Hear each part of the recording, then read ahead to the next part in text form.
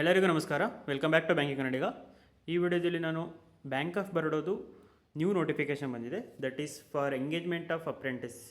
So apprentice notification already ನಾನು 2 upload ಮಾಡಿದ್ದೀನಿ. ಒಂದು ಯೂನಿಯನ್ ಬ್ಯಾಂಕ್ ಆಫ್ ಇಂಡಿಯಾದು, ಇನ್ನೊಂದು ಎಸ್ ಬಿ ಐದು. ಸೊ ಇವೆರಡು ಮತ್ತು ಬ್ಯಾಂಕ್ ಆಫ್ ಬರೋಡಾ, ಈ ಮೂರಲ್ಲಿ ನೀವು ಮೂರಕ್ಕೂ ಅಪ್ಲೈ ಮಾಡಿದರೆ ಎಲಿಜಿಬಿಲಿಟಿ ಇದ್ದು 3 ಸೆಲೆಕ್ಟ್ ಆದರೆ ಚೂಸ್ ಎಸ್ ಬಿ ಐ. ನನ್ನ ಸಜೆಷನ್ನು ಏನಕ್ಕೆ ಅಂದರೆ ಎಸ್ ಬಿ ಐದು JA junior associate permanent job ಏನಿದೆ, ಎಂಪ್ಲಾಯ್ಮೆಂಟ್ ಆಫರು. ಸೊ ಆ ನೋಟಿಫಿಕೇಷನ್ ಬಂದಾಗ ನಿಮಗೆ ಮೇನ್ಸಲ್ಲಿ ರಿಸರ್ವೇಷನ್ ಸಿಗುತ್ತೆ, ಗ್ರೇಸ್ ಮಾರ್ಕ್ಸ್ ಅಂತ ಕೊಡ್ತಾರೆ. ಸೊ ನೋಟಿಫಿಕೇಷನ್ ಬಂದಾಗ ಮೆನ್ಷನ್ ಮಾಡ್ತಾರೆ. ಸೊ ಬೆಟರ್ ಈ ಮೂರಕ್ಕೂ ಕಂಪೇರ್ ಮಾಡಿದರೆ S B I is best. So ಈಗ ಈ ನೋಟಿಫಿಕೇಷನ್ ಬಗ್ಗೆ ಮಾತಾಡೋಣ. ಈ ನೋಟಿಫಿಕೇಷನ್ ಸ್ಟಾರ್ಟ್ ಆಗಿರೋದು ನಿನ್ನೆಯಿಂದ 19/5/2026 ಆ್ಯಂಡ್ ಲಾಸ್ಟ್ ಡೇಟ್ ಬಂದುಬಿಟ್ಟು ನೆಕ್ಸ್ಟ್ ಮಂತ್ 8ನೇ ತಾರೀಕುವರೆಗೂ ಅಪ್ಲಿಕೇಶನ್ ಓಪನ್ ಇರುತ್ತೆ. ಅಲ್ಲಿ ಇಂಪಾರ್ಟೆಂಟಾಗಿ ನೋಡಬೇಕಾಗಿರೋ ವಿಷಯ ಏನು ಅಂತಂದರೆ, ಇಲ್ಲಿ ಪಾಯಿಂಟ್ ನಂಬರ್ 4, 7 ಆ್ಯಂಡ್ 5 ಏನು ಅಂತಂದರೆ, ಸಿಂಪಲಾಗಿ ಹೇಳ್ತೀನಿ, ನೀವು ಮೊದಲು ಯಾವುದಾದ್ರೂ ಕಂಪ್ನೀಲಿ ಅಥವಾ ಪ್ರೈವೇಟ್ ಆರ್ಗನೈಸೇಷನಲ್ಲಿ ಅಥವಾ ಬ್ಯಾಂಕ್ ಆಫ್ ಬರೋಡಾದಲ್ಲೇ ಅಪ್ರೆಂಟಿಸ್ ಕಂಪ್ಲೀಟ್ ಮಾಡಿದರೆ ನೀವು ಈ ನೋಟಿಫಿಕೇಷನ್ಗೆ ಎಲಿಜಿಬಲ್ ಇರಲ್ಲ.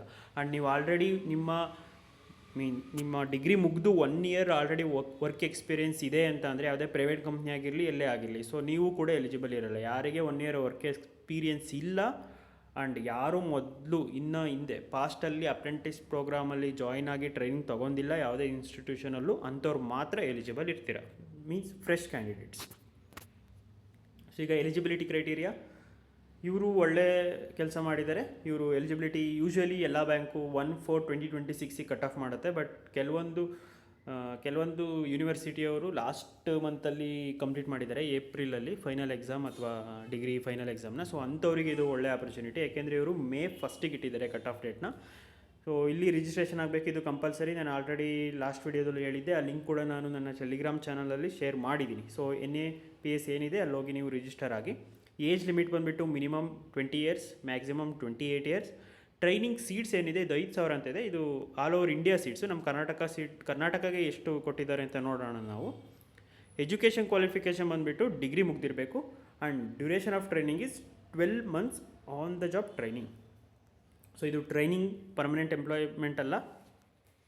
ಸೊ ಸ್ಯಾಲ್ರಿ ಅಥವಾ ಸ್ಟಿಫ್ ಫಂಡ್ ಏನು ಸಿಗುತ್ತೆ ಅದನ್ನು ನಾವು ನೆಕ್ಸ್ಟ್ ನೋಡೋಣ. ಸೊ ವೇಕೆನ್ಸಿ ಬಂದುಬಿಟ್ಟು ನಮ್ಮ ಕರ್ನಾಟಕ ಸ್ಟೇಟ್ಗೆ ತುಂಬ ಜಾಸ್ತಿನೇ ಕೊಟ್ಟಿದ್ದಾರೆ, 483 ವೇಕೆನ್ಸಿ ಇದೆ. ಸೊ ಅಪ್ಲೈ ಮಾಡೋರು ಮಾಡ್ಬೋದು.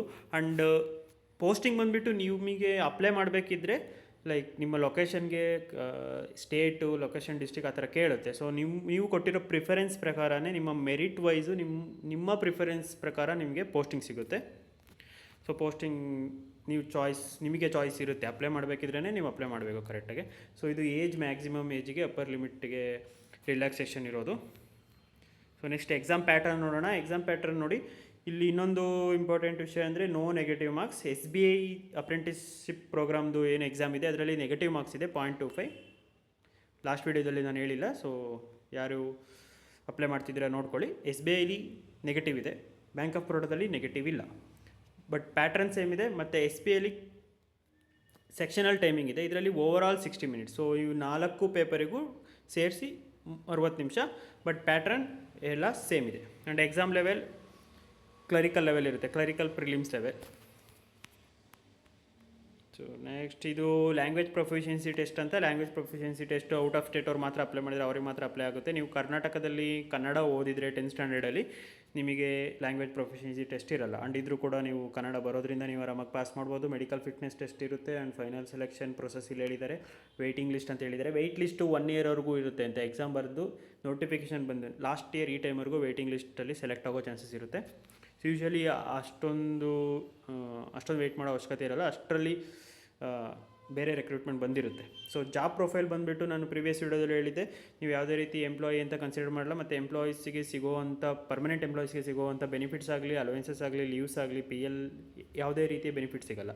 ಸೊ ಸ್ಟ್ರೈಟ್ ಅವೇ ನಿಮಗೆ ಸ್ಟಿಫ್ ಫಂಡ್ ಅಂತ 15,000 ಸಿಗುತ್ತೆ. ಸೊ ಇದರಲ್ಲಿ ಯಾವುದೇ ರೀತಿ ಡಿಡಕ್ಷನ್ಸ್ ಇರೋಲ್ಲ, ಯಾವುದೇ ರೀತಿ ಅಡಿಷನ್ ಕೂಡ ಇರೋಲ್ಲ. ಆ್ಯಂಡ್ ವರ್ಕ್ ಪ್ರೆಷರ್ ಅಥವಾ work culture 10 to 5 work timings, morning 10, evening 5 PM. And work culture ನಿಮ್ಮ ಬ್ರ್ಯಾಂಚ್ ಹೆಡ್ ಮೇಲೆ ಡಿಪೆಂಡ್ ಆಗಿರುತ್ತೆ. ಅವ್ರು ನಿಮಗೆ ಎಷ್ಟು ವರ್ಕ್ ಅಸೈನ್ ಮಾಡ್ತಾರೆ, ಯಾವ ರೀತಿ ವರ್ಕ್ಗಳನ್ನ ಅಸೈನ್ ಮಾಡ್ತಾರೆ ಅಂತ. ಯೂಶ್ವಲಿ KYC ಫಾರ್ಮ್ ಫಿಲ್ ಮಾಡೋದು ಅಥವಾ CKYC ಅಪ್ಡೇಟ್ ಮಾಡೋದು, account opening, saving account, current account ಅಥವಾ RTGS ಫಾರ್ಮ್ನ ಫಿಲ್ ಮಾಡೋದು, ಕಸ್ಟಮರ್ಸಿಗೆ ಹೆಲ್ಪ್ ಮಾಡೋದು, ಆ್ಯಂಡ್ ಕಸ್ಟಮರ್ಸಿಗೆ ಕಾಲ್ ಮಾಡೋದು. ಸೊ ಈ ರೀತಿ ಬೇಸಿಕ್ ವರ್ಕ್ ಇರುತ್ತೆ. ಯಾವುದೇ ರೀತಿ ಫೈನಾನ್ಷಿಯಲ್ ಟ್ರಾನ್ಸಾಕ್ಷನ್ಗೆ ನಿಮ್ಮನ್ನ ಇನ್ವಾಲ್ವ್ ಮಾಡಿರಲ್ಲ, because you will be in training. So ಇದಿಷ್ಟು ಈ ವಿಡಿಯೋದಲ್ಲಿ ಇರುವಂಥ ಇನ್ಫಾರ್ಮೇಷನ್. ನಿಮಗೆ ಇನ್ನೂ ಏನಾದರೂ ಡೌಟ್ ಇದ್ದರೆ ಅಪ್ರೆಂಟಿಸ್ಶಿಪ್ ಬಗ್ಗೆ ಕಮೆಂಟ್ ಸೆಕ್ಷನಲ್ಲಿ ಕಮೆಂಟ್ ಹಾಕಿ ನಾನು ತಿಳಿಸ್ಕೊಡ್ತೀನಿ. Thank you for watching.